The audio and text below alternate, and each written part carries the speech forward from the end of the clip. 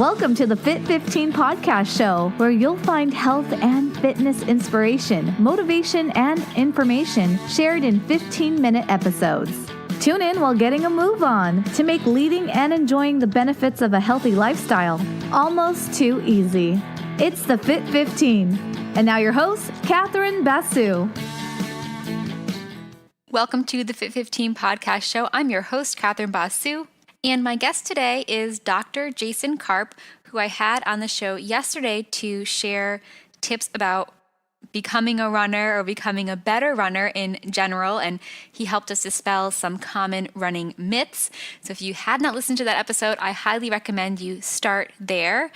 Today, I have Dr. Karp back to talk about training for and running a marathon specifically. Before I have Dr. Karp talk to us about the marathon, I wanted to share a brief bio of his with you. Dr. Karp has been a competitive runner since 6th grade and quickly learned how running molds us into better, more deeply conscious people, just as the miles and interval workouts mold us into faster, more enduring runners. This passion that Jason found as a kid placed him on a yellow brick road that he still follows all these years later as a coach, exercise physiologist, best-selling author of 8 books and over 400 articles, speaker, and educator. He is the 2011 IDEA Personal Trainer of the Year. His Revolution Running certification has been attained by fitness pros and coaches in 21 countries. And that is just a very short bio on Dr. Karp. Head on over to the show notes today to learn more about some of his other qualifications and his history as a runner and some of the accomplishments he's had as a runner himself. Here he is to chat with us more about the marathon. All right, Dr. Karp. So I've had several questions about the marathon in particular, which is a race that I really love and encourage others to try at least once. A question that comes up frequently for me when talking with clients is how much is the minimum amount of time that we should spend training for and preparing for a marathon? Oh, yeah, that's funny because I get asked this question all the time. And so the best answer is, well, it depends on, number one, what your goals are. Is it just to finish, or are you looking for a certain time in the marathon? And how much time you have to devote to training and how badly you want to avoid injury. Because if you take a beginner who's never really run before, they really should give themselves at least a year, if not longer. Because for one thing, they're not going to be training 5-6 days a week. Right. And so 6 months for someone training 3 days a week, that's not a lot of training. Right. You know, it's different than somebody running 6 months, running 6 days a week. It's only half the amount of training if you're doing only 3 days a week. But a beginner can't expect to just jump into 6 days a week of running. Right. So if you're going to run 3 days a week to train for a marathon, that's fine. But you better plan more than 6 months to do it, because otherwise the marathon is going to control you rather than you controlling the race. And that's not a good experience for anybody. Sure. You know, I always tell people confidence comes from being prepared. If you want to run a marathon, that's great, but you got to be willing to do the work. And as you yourself have learned through the training, it's not the marathon itself that means so much. And that's not where the learning takes place. It's in the whole build-up, all the training that you do. That's where you learn about who you are and what you're willing to do to meet a goal. And that's where all the life lessons come from. It's that whole journey that you take. Sure. So if you're not willing to do the work, then you have no right to go to the starting line of the marathon. You have to be willing to do the work. And, you know, you don't just owe it to yourself. You owe it to the people around you on the starting line. Sure. And there's something special about the starting line of a marathon or any race. And you owe it to the people on that starting line that if everybody commits to doing the work, it's a better experience for everybody. I love that. Okay. So there isn't, I've had this asked too, you know, some newer runners ask me if they're going to get burnt out, you know, running so much to preparing a little longer than maybe the pre-made running plan says for their race so that we could actually run all year round and it wouldn't be a bad thing. Yeah, I mean, burn it. Well, I mean, it depends on how you look at it. But if you think you're going to get burned out, then you probably will. But right. How you look at it. I mean, if you run in different places, you vary the stimulus, and it's not the same thing every single day. Sure. Every run offers you something different. So if you do your easy runs in different places, if you do other workouts, and including, the easy runs. So not every day is the same. Some days are long and slow. Some days are shorter or faster. You're in different environments with different workouts. And so, I've been running 6 days a week for 34 years. I've never gotten burned out. It becomes a part of who you are. It's like, do you get burned out from brushing your teeth every day? Right. Right. Running becomes a part of who you are, and then there's no reason to be burned out from it. People don't get burned out from eating every day. Right. They do it 3 times a day, every day of their lives. Why don't they get burned out from eating? That's true. So I guess as we're doing our marathon training, what are some tips? I know this is something that I had to learn when I was listening to one of your talks recently, is just, because for me, I'll go out for my long run, and historically I would bring, make sure I'm practicing all my refueling during like pretty much every long run. And I sometimes I'll have like some GI distress. So that was why I was doing it, but I've actually changed and have been trying not to do that as much. So can you talk about, kind of what lesson I learned a little bit from watching your talks, and explain to us, how to better prepare, to maybe be able to use that fuel during our race, but how often should we be using it during our training runs for a marathon? Yeah, that gets into a complicated question. So there's a yes and no to this answer about how to fuel during training. And so we'll talk about the practical part first. That Sure. Just like an actor on stage goes through a dress rehearsal so that the day of the performance, everything seems like it's new to the audience, but it's been rehearsed so many times, and the performance goes well. It's the same thing with the marathon. You need to practice everything just as you would at the day of the marathon. The same fueling strategy, the same products that you're going to use on the course, and all of that, so that the day of the race, nothing is new. It's all been planned. It's all been practiced. But then there's also the physiological things that you're trying to accomplish in training. For a beginner runner, I would say, yes, take all the gels and the goos and whatever it takes to get through all the long runs. Mm-hmm. But for a more advanced runner who's more interested in improving their marathon performance, sometimes at least it's better to do a long run without taking in any carbohydrate, because one of the things that makes the marathon unique. Hi friends, it's Catherine, and in case you're new here, that little sound is your halfway point reminder. If you only have 15 minutes and you're doing an out and back walk or run, you want to turn around now. All right, back to Dr. Karp. Is that your muscles are going to run out of carbohydrate during the race itself. That doesn't happen in other races. Mm-hmm. And so you have to prepare your muscles to handle that. And so if you take a long run without taking in any carbohydrates, there are specific adaptations that are made to that threat. But you don't want to do that in the race, because in the race itself, you're going to want to take carbohydrate because you want to maintain blood glucose for as long as possible, because that will help you maintain the pace. Mm-hmm. So you got the practical concerns in training of having to prepare your GI system to get ready for what it's going to encounter in the race. But then you also have the physiology that you're trying to train. And so like one of the things is, because you're going to run out of carbohydrate in the marathon, if you do that in training, then the muscles become better at learning how to rely on fat. Because once the tank is empty, well, the only thing that's left is fat. And so you want to train your muscles to be able to do that. Another adaptation is that when we run long and we drain the tank, during recovery, we synthesize and store more glycogen, which is the stored form of glucose. We synthesize and store more in our muscles to improve our endurance for the future, because it's threatening to run out of carbohydrate. And so your body responds to that threat by making a bigger fuel tank. That'll never happen if you're constantly taking in carbohydrates during the run. So you have some physiological things that you're trying to train to improve your endurance, improve your performance. But then you also have the practical concern of not getting an upset stomach or having to go to the porta potties during the race. And so you have to train your gut, so to speak, by also taking in carbohydrate during the long runs. So I usually recommend to people to alternate long runs in which they do and do not take carbohydrates, so that you meet both the practical concerns and you also address the physiological things you're trying to train. Got it. So, and how often would you recommend doing that, or just kind of see how it's going? Well, if you do one long run a week, then I would just alternate. Okay. Once the long runs start to get really long, like anything less than a couple of hours, you're not going to run out of carbohydrate anyway. We have enough stored carbohydrate to last probably a little bit more than 2 hours in most people. But once the runs get longer than 2 hours, then I would alternate each week. So 1 week, take the exact same carbohydrate products at the same times and make it like a dress rehearsal, do exactly what you're going to do in the race.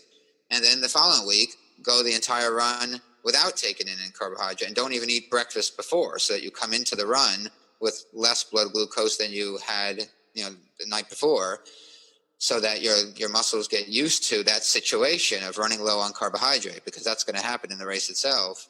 Even when you're taking in these products, if you're running the marathon as fast as you can, then you're going to use up carbohydrate faster than you can bring it into your system from the outside. Mm-hmm. So I would just alternate long runs each week once they start to get longer than 2 hours. Got it. And then, we can practice it. Are there any tips? I know sometimes I've seen like calculators to try to help you figure out how often you should take it. Is there any science behind those, or is it more something we have to play with to figure out for ourselves? Well, there's both. There is a lot of science, and most people can tolerate no more than about 60 grams of carbohydrate per hour while they're running. Mm-hmm. So if you take more than 60 grams per hour, and it's 4 calories per gram, so that's about 240 calories worth of carbohydrate per hour. That's a decent amount. If you try to take more than that, you're probably going to get an upset stomach, and the glucose isn't going to be able to be transported anyway efficiently. Sure. So that's a good guideline, is to try to stick to, somewhere around 50 to 60 grams of carbohydrate per hour during the marathon.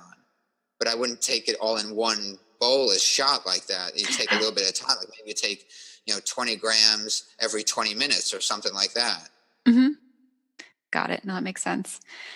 And as we're doing that, with our hydration, any tips for making sure we're staying hydrated enough? Yeah. So, hydration is also one of the big issues in a long race like a marathon. It's one of the things that causes fatigue, is when you become dehydrated, because of how it affects blood volume and then the transportation of oxygen. If blood volume decreases. And so it's very hard to maintain hydration in a marathon, because you're sweating water, you're losing water at a much faster rate than what you can consume it through your mouth out of those little Dixie cups on the side of the course. Half of it goes up your nose, half of it goes on the ground. Most of the water doesn't even get inside of you when you're running. So you have to try the best you can to get in enough water. So like if you're sipping out of a Dixie cup or something, pinch the opening of the cup so that just a small opening is left, so that you can pour it into your mouth rather than have an open cup, because an open-faced cup, most of it's going to get lost and not even get inside of you. So you have to drink as much as possible, because you are losing water quicker than you can get it in. It is possible to over-drink in a marathon, but that's pretty rare. That's really for people who are maybe running a 5-hour marathon and they're walking through every aid station and drinking entire bottles of water. Most people are going to be dehydrated at the end of a marathon, rather than the opposite problem. And the opposite problem is severe also. It's called hyponatremia, which is a decrease in sodium concentration in the blood, which comes from drinking too much water. You dilute the sodium in the blood. But that's rare to happen. The much, much, much bigger issue is dehydration. Mm-hmm. So making sure we're trying to take fluids with sodium, because water goes wherever the sodium goes. So plain water isn't as good as something that has sodium. That's why like all these sports drinks are very good hydration drinks, because they're loaded with sodium. Got it. And another listener question was, how can we reduce our needs for stopping to use the bathroom during a marathon? Yeah, that's also a good question. So because one thing is, prior to the race, have low fiber. Don't really try to eliminate all fiber for like the 24 hours going into the race, because fiber makes you want to do a number 2. Right. So you want to avoid the number 2. As far as going number 1, most people will find that if you take drinks with sodium in it instead of just plain water, and the fact that you're losing so much water, your kidneys are trying to maintain hydration, because it can be dangerous if you become severely dehydrated.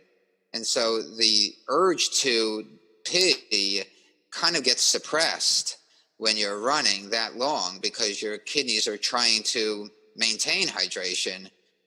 And so most people will find that when you're running, unless you're just drinking a lot of plain water, that you may not need to pee during the marathon because your body's trying to hold on to whatever water it has. Sure. Okay. That's a good, that helps for sure. And I guess just maybe ending us out here, I know we find that it's important to do like a negative split, race in general, but definitely for the marathon. Any tips for figuring out like what speed we should start at for the marathon, or, especially since it's so long, like any insights on that just to help make us have a better race? Yep. Well, that comes back to your training. And so what I find what happens with a lot of people, especially the more recreational type runners, is that they don't pay attention to their training. And so they go to the starting line of a marathon and they choose the time they want to run rather than what time they're capable of running. Right. So that's what makes them go out too fast. You learn a tremendous amount from your training. Your training will tell you exactly what you're capable of doing in the marathon or any race distance. Mm-hmm. It's also a good idea to run a half marathon maybe 5-6 weeks prior to the marathon. So again, you get a great idea because the marathon will be able to predict the half marathon will be able to predict your marathon time.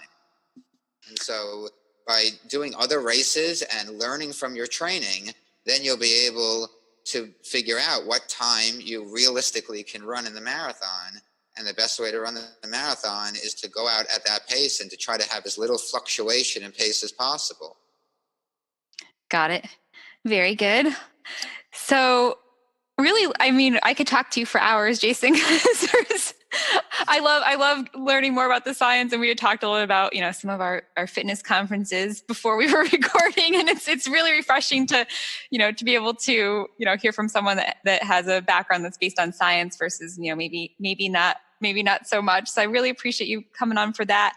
Exciting news for the fitness professionals and the runners listening, because in addition to the books that you've published, you also offer coaching. I'm not sure, you can talk to us about this too, but coaching, but also you have the certification programs for those of us in the industry who want to coach runners. So could you share, just what you have going on, maybe any, your more recent book or anything that's, on your mind that we could check out just to kind of learn more and keep the education going and run smarter?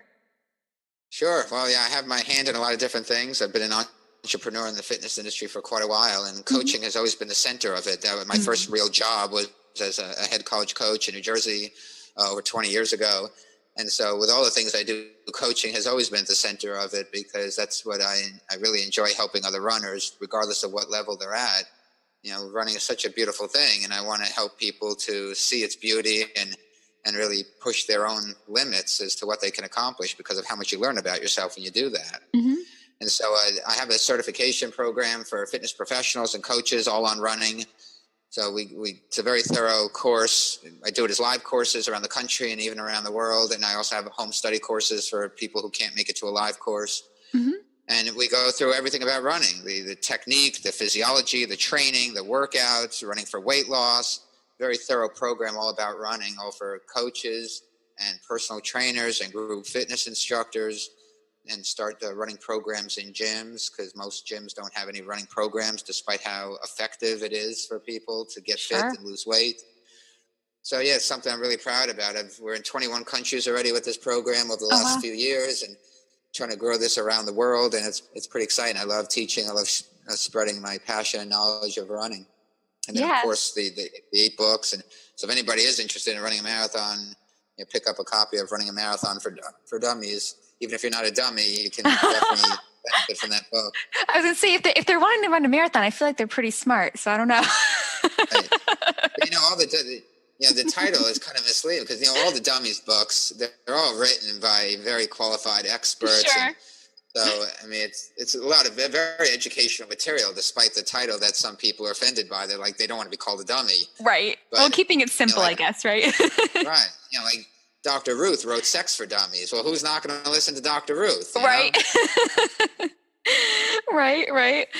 Very cool. So now I guess just for people, because I do have a lot of friends in the industry. So let's say there's someone listening who maybe wants you to come to their facility. Is there information on that, on your website as well? And yeah, so go to run-fit.com and there's tons of information on the website.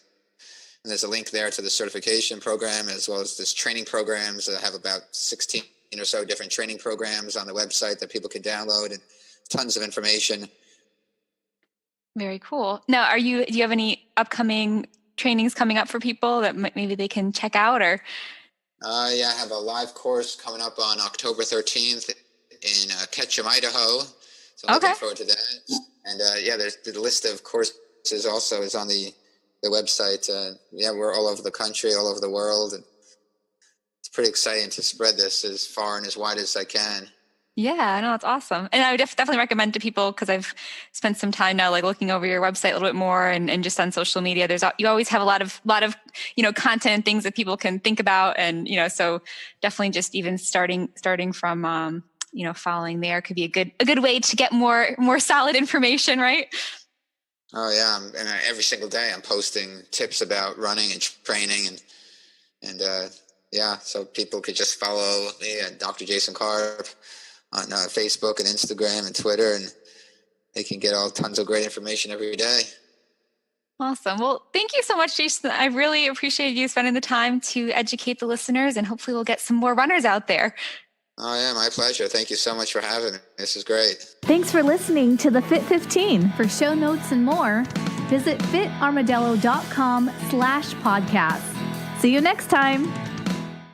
Hi, friends. It's Catherine, and it was truly an honor to have Dr. Karp on the podcast. I hope you learned a lot from him in today's episode about how to run a marathon and run a better marathon. If you missed it, I wanted to remind you to go back to yesterday's episode about how to become a runner or become a better runner. We talked about more general tips, so tips that could help you as a runner no matter what distance you are looking to complete. Either way, you don't want to miss out on following Dr. Karp, at least on social media, if not picking up one of his many books. He is truly an expert in the field and has so much knowledge that he's always sharing. So I don't want you to miss out on that. We didn't get to even scratch the surface in these 2 episodes. So hope you'll do that. Spread the word to your friends who are in the fitness industry about some of his upcoming programs so that they can be better running coaches for you in the future. Thanks for listening. And if you subscribe to the show, I will chat with you tomorrow. Bye.